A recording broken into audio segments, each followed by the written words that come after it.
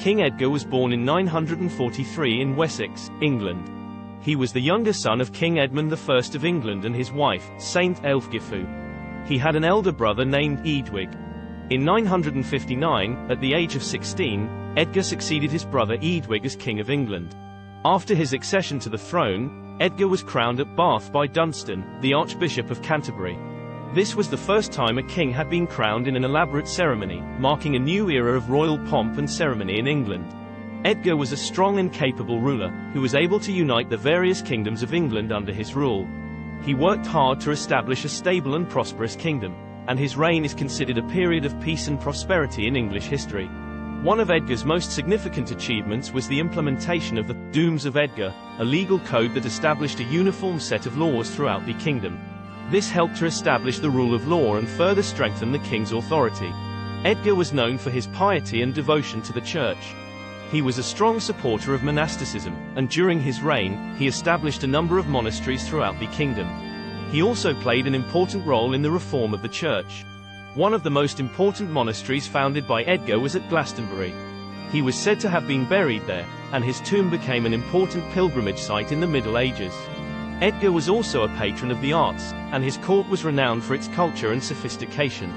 He was a lover of music and poetry, and he surrounded himself with scholars and artists. Edgar was married twice during his lifetime. His first wife was Ethelfrid, with whom he had 2 children. After her death, he married Elfrida, with whom he had 3 more children.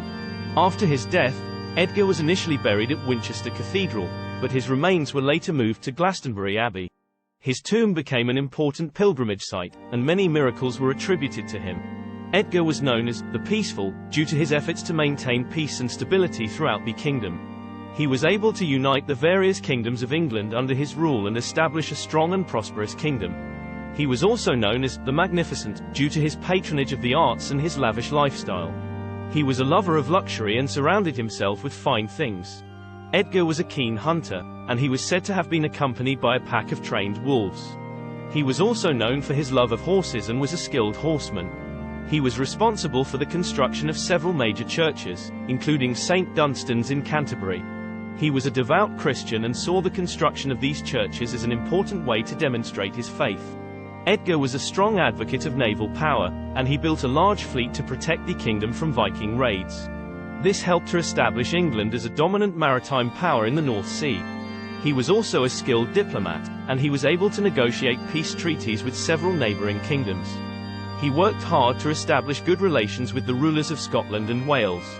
In 973 he met with the 6 kings of Britain, including the King of Scotland and King of Strathclyde and various princes of Wales. It is said they all signalled their allegiance to Edgar by rowing him, in his state barge across the River Dee in Chester. Edgar died in 975 at the age of 33, possibly from a stroke or heart attack. Edgar's death was a significant loss for England, and it led to a period of instability and uncertainty. His son Edward the Martyr succeeded him, but his reign was short-lived, and he was assassinated after only a few years on the throne. Despite the challenges faced by his successors, Edgar's legacy endured. He was remembered as a strong and capable king who was able to unite the various kingdoms of England under his rule and establish a period of peace and prosperity. His patronage of the arts and his devotion to the church also left a lasting impact on English culture and society. Today, Edgar is remembered as one of the most important and influential kings of England's early medieval period.